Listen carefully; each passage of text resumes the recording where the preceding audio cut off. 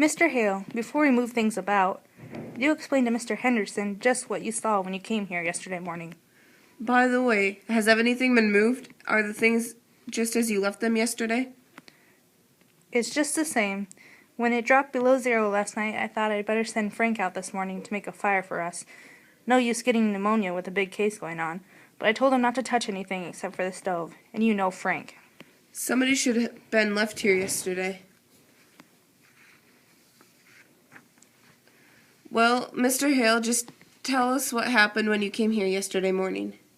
Harry and I had started to town with a load of potatoes. We came along the road from my place, and as I got here, I said, I'm going to see if I can't get John Wright to go in with me on a party phone.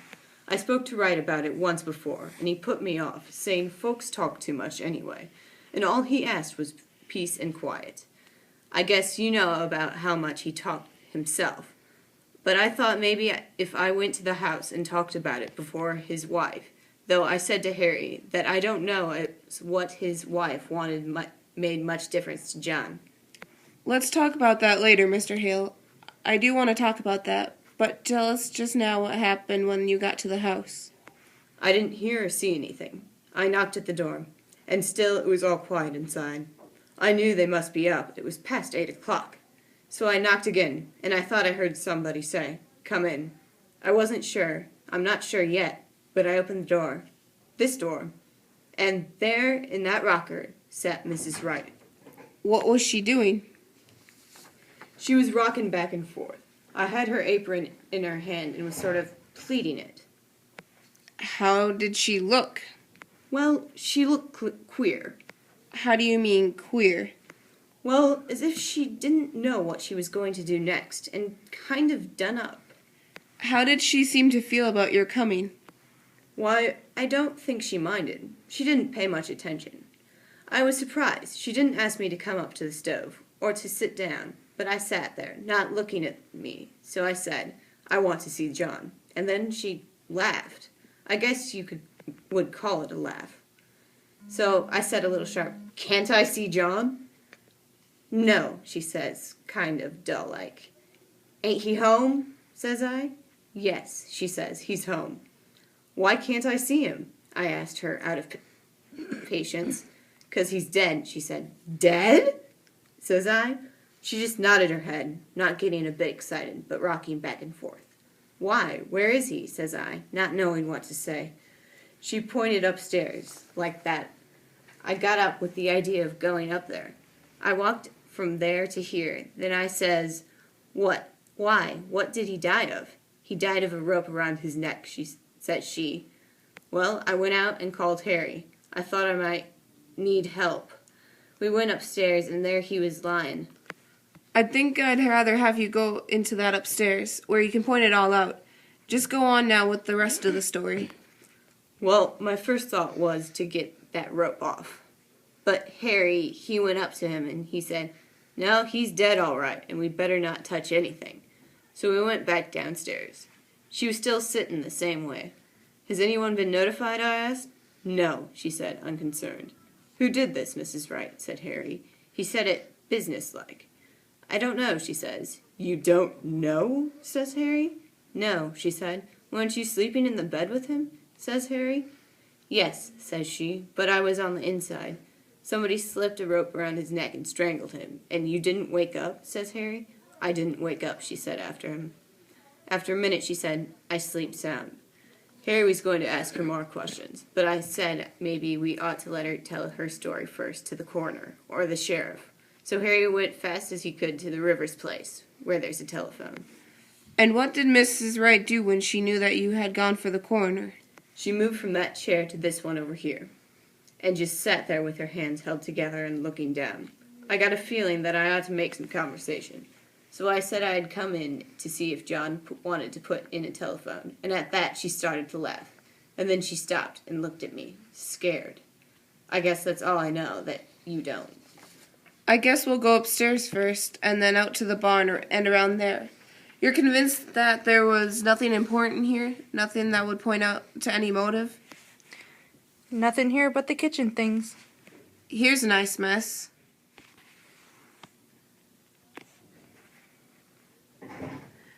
Oh, her fruit. It did freeze. She worried about that when it turned so cold. She said the fire'd go out and her jars would break.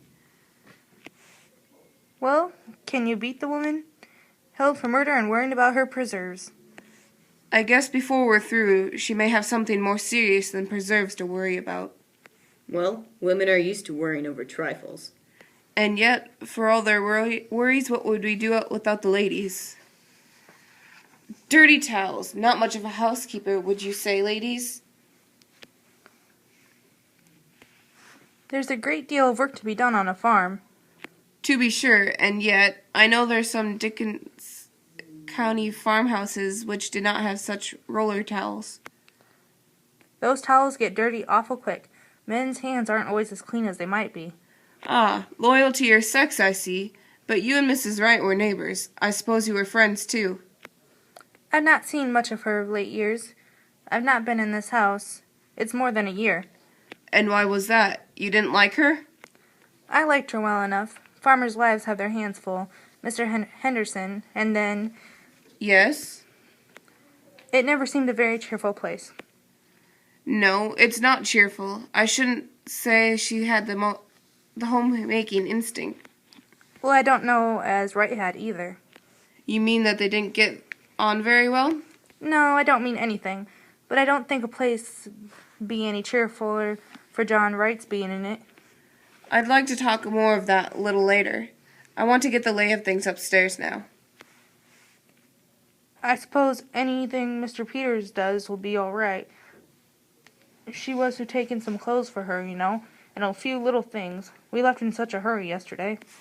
Yes, but I would like to see what you take, Mrs. Peters, and keep an eye for anything that might be of use to us.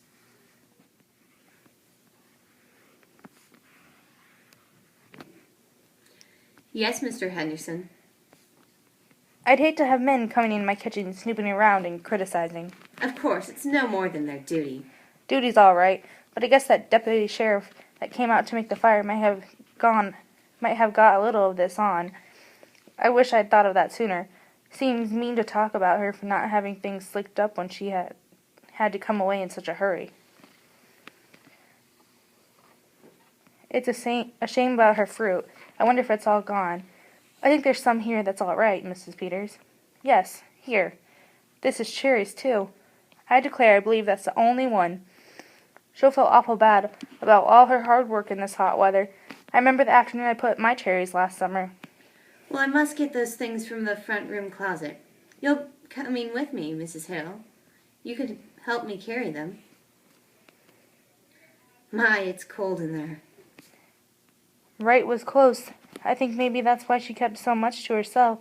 She didn't even belong to the Ladies' Aid. I suppose she felt she couldn't do her part. This all you was to take in? She said she wanted an apron. She said there was in the top drawer in this cupboard. Yes, here. And then her little shawl that always hung behind the door. Yes, here it is. Mrs. Peters, Yes, Mrs. Hale? do you think she did it? Oh, I don't know. Well, I don't think she did. Asking for an apron and a little shawl, worrying about her fruit? Mr. Peters says it looks bad for her. Mr. Henderson is awful sarcastic in his speech, and he'll make fun of her saying she didn't wake up. Well, I guess John Wright didn't wake up when they was slipping that rope under his neck. No, it's strange. It must have been done awful crafty and still. They say it was such a funny way to kill a man, rigging it all up like that. That's just what Mr. Hale said. There was a gun in the house. He says that's what he can't understand. Mr. Henderson said coming out that what was needed for the case was a motive, something to show anger or sudden feeling. Well, I don't see any signs of anger around here. Wonder how they're finding things upstairs. I hope she hadn't a little more red up there.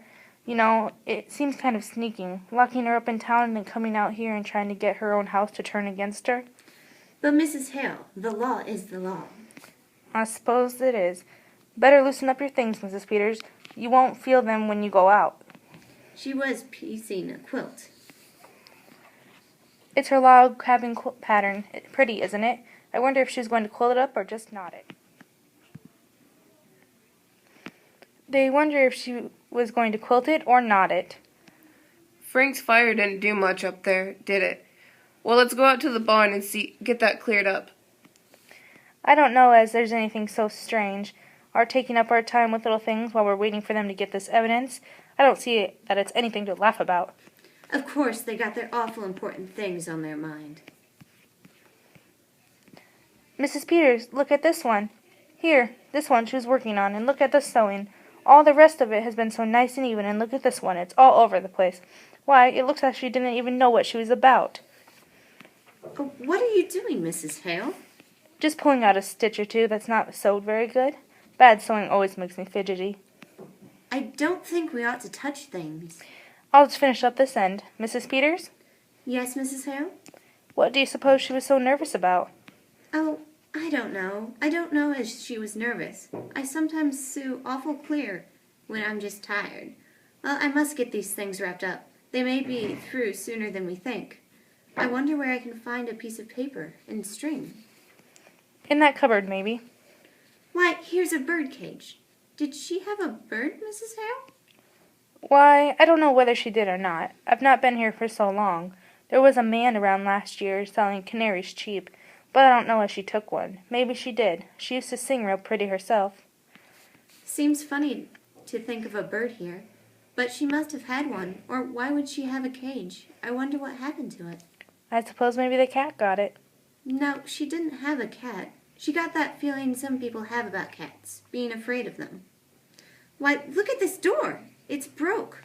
One hinge is pulled apart. Looks as if someone must have been rough with it. Why, yes. I wish if they're going to find any evidence that they'd be about it. I don't like this place. But I'm awful glad you came with me, Mrs. Hale. It would be lonesome for me sitting here alone. It would, wouldn't it? But I tell you what I do wish, Mrs. Peters. I wish I had come over sometimes when she was here. I wish I had. But of course you were awful busy, Mrs. Hale. Your house and your children. I could have come. I stayed away because I wasn't cheerful. I've never liked this place. I don't know what it is, but it's a lonesome place and always was. I wish I'd come over to see Minnie Foster sometimes. Well, you mustn't reproach yourself, Mrs. Hale. Somehow we just don't see how it is with other folks until something comes up. Not having children makes less work, but it makes a quiet house. And Wright was out to work all day, and no company when he did come in. Did you know John Wright, Mrs. Peters? Not to know him. I've seen him in town. They say he was a good man. Yes, good. He didn't drink, and he kept his word as well as most, I guess, and paid his debts. But he was a hard man, Mrs. Peters, just to pass the time of day with him, like a raw wind that gets to the bone. I should think that she wanted a bird. But what do you suppose went with it? I don't know, unless it got sick and died. You weren't raised around here, were you? You didn't know her. Not till they brought her yesterday. She was kind of like a bird herself, real sweet and pretty, but kind of timid and fluttery. How she did change. Tell you what, Mrs. Peters, why don't you take the quill with you? It might take up her mind. Why, I think that's a real nice idea, Mrs. Hale. There couldn't possibly be any objection to it, could there? Now, just what would I take? I wonder if her patches are in here, and her things. Here's some red. I expect that has some sewing things in it. What a pretty box. Looks like something somebody would give her. Maybe her scissors are in here. Why, there's something wrapped up in this piece of silk. Why, this isn't her scissors. Oh, Mrs. Peters, it's... It's the bird. But, Mrs. Peters, look at it. Its neck. Look at its neck. It's all other side, too. Somebody wrung its neck. Well, ladies, have you decided whether she was going to quilt it or knot it? We think she was going to knot it. Well, that's interesting, I'm sure. Has the bird flown? We think the cat got it. Is there a cat? Well, not now. They're superstitious, you know. They leave. No sign at all of anyone having come in from the outside. Their own rope. Now let's go upstairs and go over it piece by piece.